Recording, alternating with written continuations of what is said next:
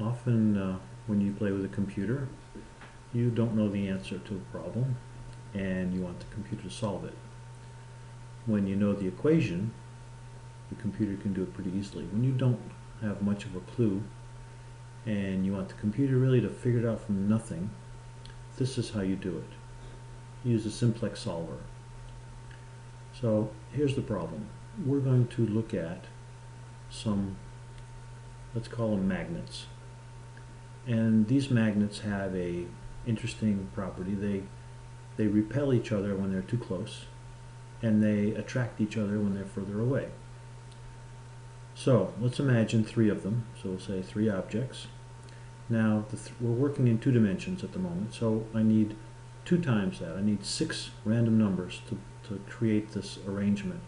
And I'll show you what I've got. So I've created these 3. These represent the 3 magnets. And so I've created 6 coordinates, random numbers, and random numbers are between 0 and 1, so I've got to amp them up. So I'm amping them up by 250. Now if I do that, they're all going to be in the first quadrant, so I got to subtract half of that. It's 128, say. 128, somewhere around there. It doesn't matter.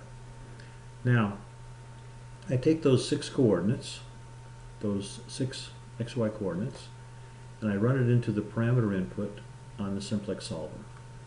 For deltas, you just have to provide either a single number or an array of numbers to tell it how much it should adjust these values that are coming in to try to solve the problem. Now, I've taken those numbers, you can see them here.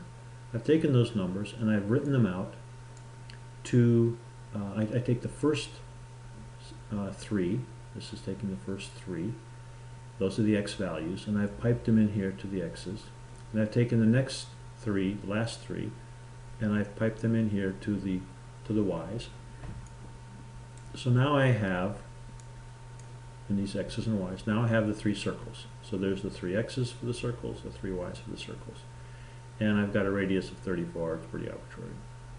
Now, one of the things I need to do is I need to create a force between each of the three objects, magnets.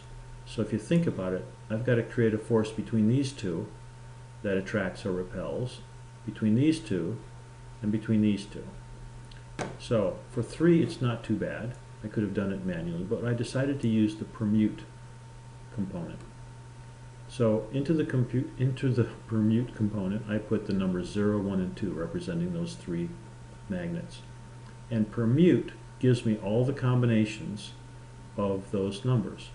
And so using those numbers as indexes, I'm creating the 3 sets of xy coordinates that give me the separation between the various magnets.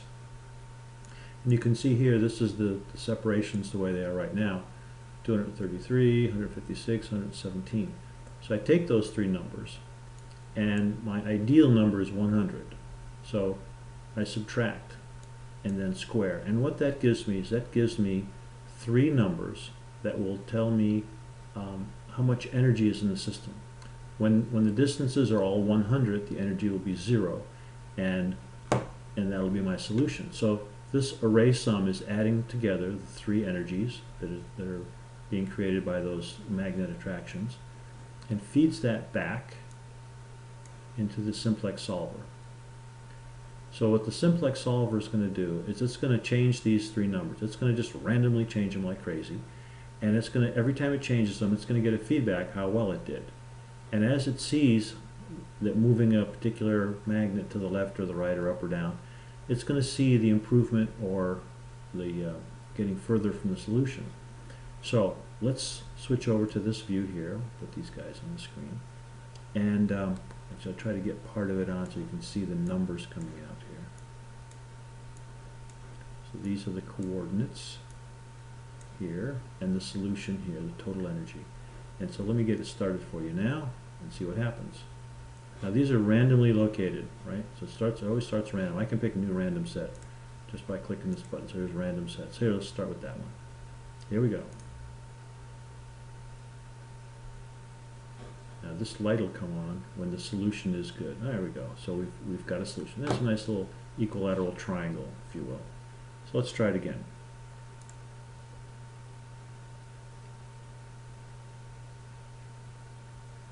Similar.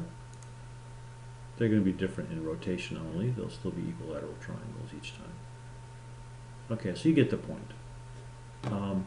In another video, the next video, what I'll do is I'll change this number from 3 to larger numbers, and we'll watch the patterns generate.